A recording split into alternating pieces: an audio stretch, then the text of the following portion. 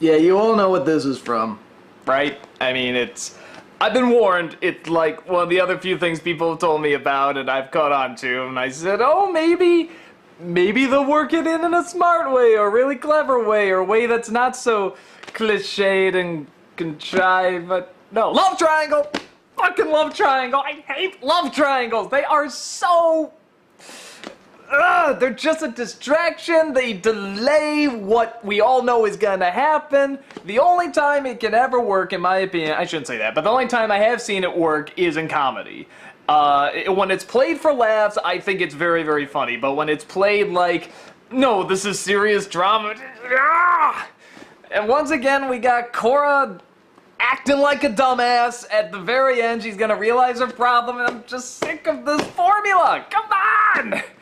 You know, and the the episode before, a few episodes before, we got this build-up with, with Amon, who's going to, like, destroy the benders. They can take away bending power and stuff, and he has the big confrontation with her, saying, you're gonna be the last to go down, and she confronted her fear and saw that she was afraid, and wow, what's next? Let's just go to that one room where they bend challenge, where they fight each other, and that's gonna be the episode. And they're moving up, like, in the championships and stuff. Can't they get a different room? Can't they get a new design?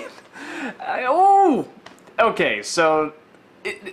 this episode's probably not as bad as I'm making it out to be, but it's just...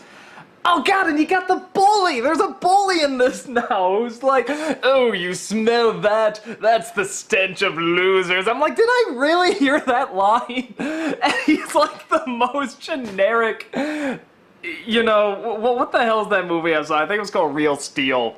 It had Hugh Jackman, it's the fighting robots, the Rock'em Sock'em robots, which is a phenomenal comedy. It's a terrible drama, but it's a phenomenal comedy. It's a great throwback to all those cheesy not piece of shit, but those really corny 80s fighting films, like Rocky IV or Commando, the big muscle-bound movies, and it's like that. It's like I'm watching that, but it's not trying to really be that funny. It's trying to actually sort of be legit. And it's just so... He looks like the guy from that, because it was like this sleek, very feminine Asian man who's just like, I will bring you down. It's exactly like that, except throw in a little Nelson Muntz. Okay, well, what's actually good about this episode? I didn't even mention the name of it. The Spirit of Competition is what this is called. It focuses a lot on the bending, and it's not even a love triangle. It's like a love octagon, because it's like you got the brother who's in love with Korra, Korra's in love with Mako, Mako's in love with this other girl who's the daughter of the, Henry Ford, but Mako also is kind of in love with Korra, but isn't quite sure. And, and they went to that stupid thing where it's like, I hate him, or why should I like him? It's just, no, don't do this. Don't go make Ryan Julia Roberts movie on us. That's what she's reminding me of. She's reminding me of all those, like, sort of late 90s, mid 2000 Julia Roberts movies where it's like, I'm gonna act really stupid, but, I'm clumsy, but I have a heart of gold, so forgive me for my mistakes, even though they're really stupid and no person in their right mind would. And that's what this feels like to me. It feels like bad mid-2000 Julia Roberts film. With fire and stuff. Actually, those movies would be a lot better if they was throwing fire. But nevertheless, it's still tough to stomach. And at times it's kind of played for laughs. Like, I guess the brother, when he finds out, is like...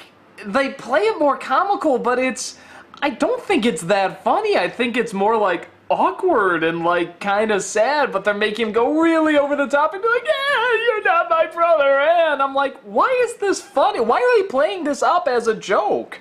I mean, even though, like I said, I think it's funnier when they're done for laughs, it's more of, hey, look at these three terrible people doing really stupid, terrible things. Garbage truck. Garbage truck? That's like ice cream. I'm gonna get some garbage. No, okay, that was a big hit in that one vlog I did, so. But, excuse me. Cough, cough. So, yeah, so you got this love triangle going on. At the end, they kind of come to a resolution-ish in this one episode, which I guess, give them credit, I like that they kept it short, but I'm just seeing this formula, and that was something that, like, Avatar, even when it was starting to get a formula, it sort of broke it very quickly. You know, like with the chase aspect, or they find a way to do variations with it, or add something new to it. And this just seems like you got the love triangle, you have the sports cliches, you have that they can't get along and they have to come together at the end, you got the really fast resolution, you have the bullies, it's Mighty Ducks. I'm watching the Avatar version of Mighty Ducks, and I don't want to see that. I want to see the stuff they were building up before. And I want to see new locations, please. You can still stay in the movie, but give me, even if you're gonna do the competition, which it looks like they're still gonna do, because at the end of this, like, the big cliffhanger is, oh no, those guys are really good. Are we gonna win the championship? There's a fucking guy who can take away bending powers as this terrorist, and a badass, awesome villain, and like the big cliffhanger on this one is, oh no, the other team's pretty good. No! But what I was getting to is, even if you're gonna keep it in that damn room or that damn game, change up the set. I mean, in the, whatever, the big championship or the tournament, make it bigger, add stuff, do something.